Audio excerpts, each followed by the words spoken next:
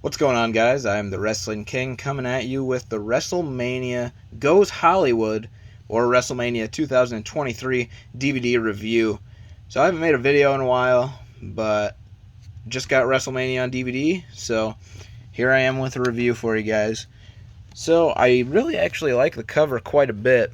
I know there was a alternate cover released like in the past, and I didn't like the look of that, so I'm glad they changed it.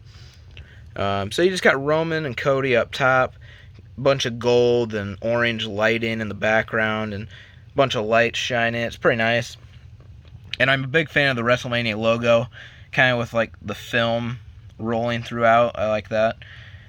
And then down here you have just a wide array of other superstars on the show. You know, you got John Cena, Logan Paul, Brock Lesnar.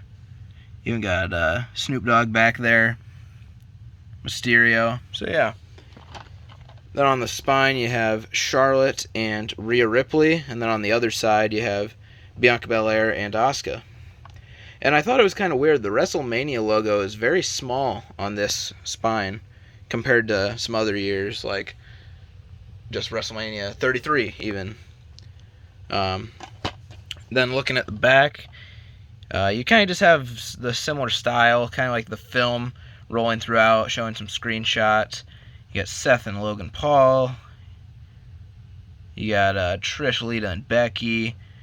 Your Intercontinental title match. Kevin and Sammy. Cody, Roman.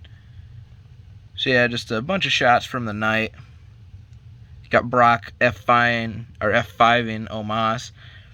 Rhea Ripley. So yeah. And I actually enjoyed this show for the most part. Night 1 was much more enjoyable to me than Night 2. I think a lot of people might say that.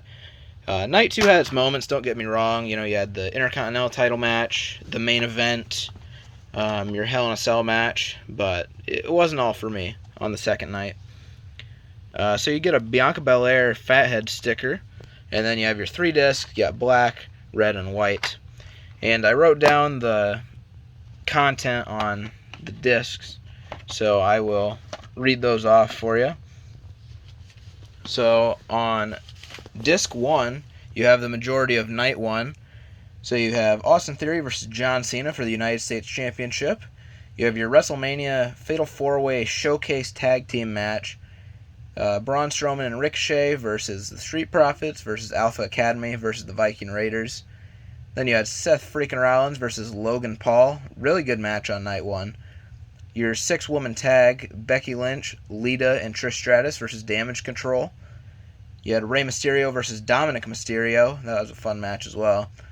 And then you had your SmackDown Women's title match between Rhea Ripley and Charlotte Flair. Really good match. That was possibly match of the night for Night 2, or Night 1, I mean, besides the main event, I'll say. But we'll get to that.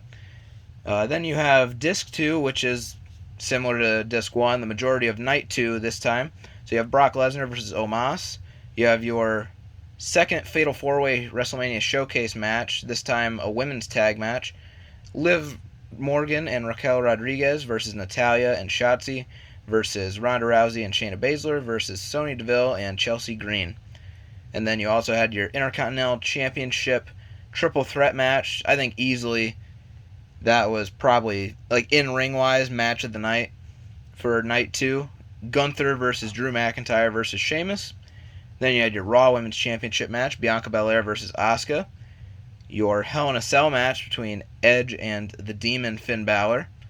And then on Disc 3, rounding out this set, you have both main events from Night 1 and Night 2. You have the Undisputed Tag Team Championship match between Kevin Owens and Sami Zayn and the Usos.